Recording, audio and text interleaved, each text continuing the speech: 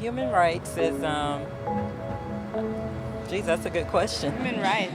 Well, that's a tough one. Wow. Права человека. I don't even know how to give that a definition. I would probably have to do a little bit of homework or something. Any right that I think just as a normal, human, any... The rights that humans have. Oh, that's a very large debate. Menneskerettigheder kan betyde mange ting. Tú le puedes preguntar a 20 personas y te van a dar 20 diferentes opiniones. Non saprei, è una domanda complicatissima. Yeah, we just take them for granted that they're there, but we don't even consider what they are.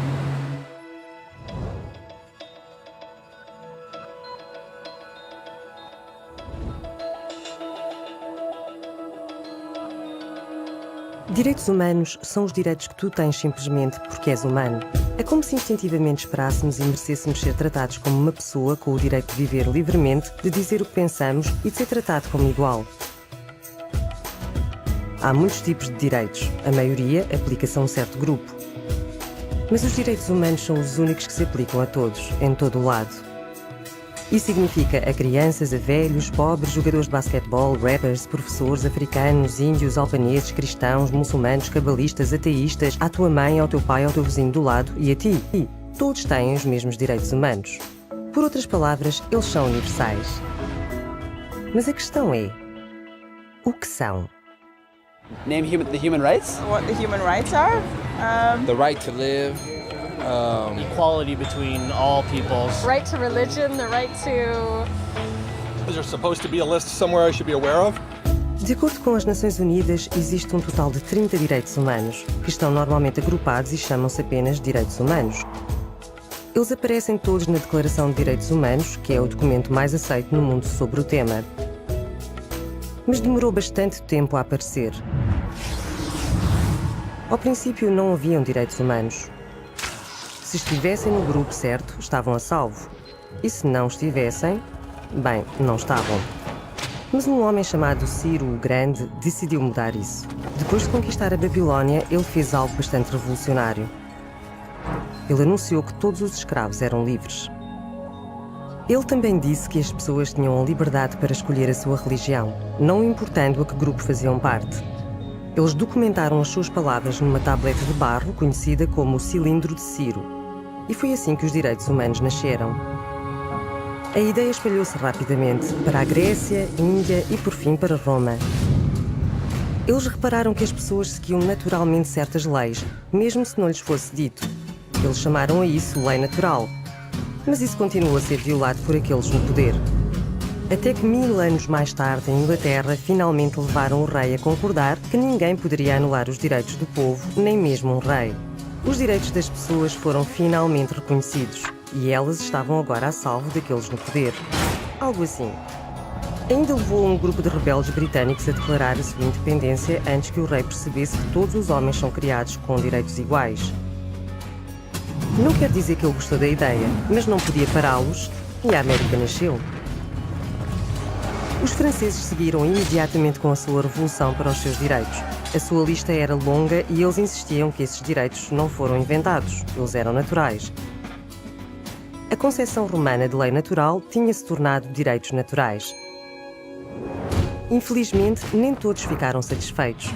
Em França, um general chamado Napoleão decidiu derrubar a nova democracia francesa e coroar-se imperador do mundo.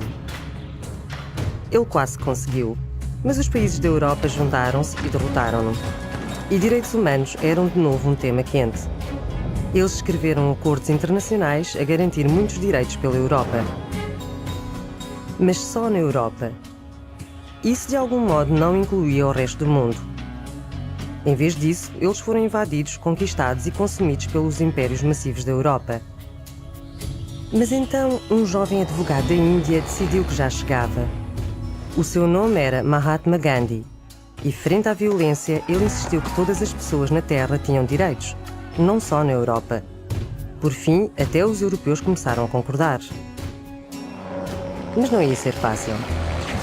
Surgiram 2 guerras mundiais e Hitler exterminou metade da população judia da Terra em campos de concentração horríveis. 90 milhões de pessoas morreram. Os direitos humanos nunca estiveram tão próximos da extinção. E nunca o mundo esteve tão desesperado por mudança.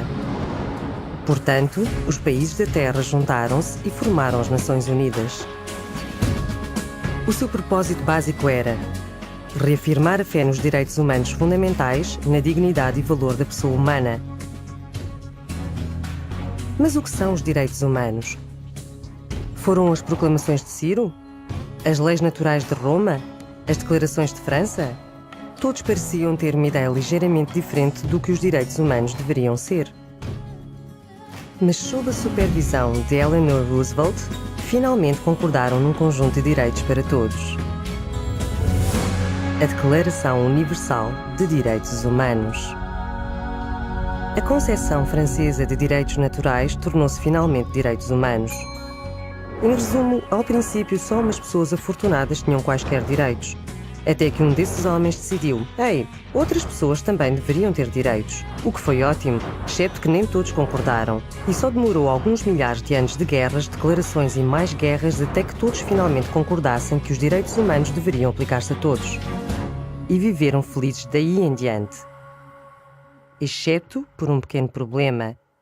Se as pessoas têm o direito a comida e abrigo, por que é que 16 mil crianças morrem de fome todos os dias? Uma em cada 5 segundos.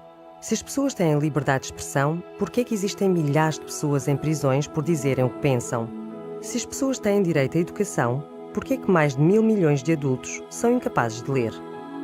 Se a escravatura foi abolida, por que é que 27 milhões de pessoas ainda estão escravizadas hoje em dia?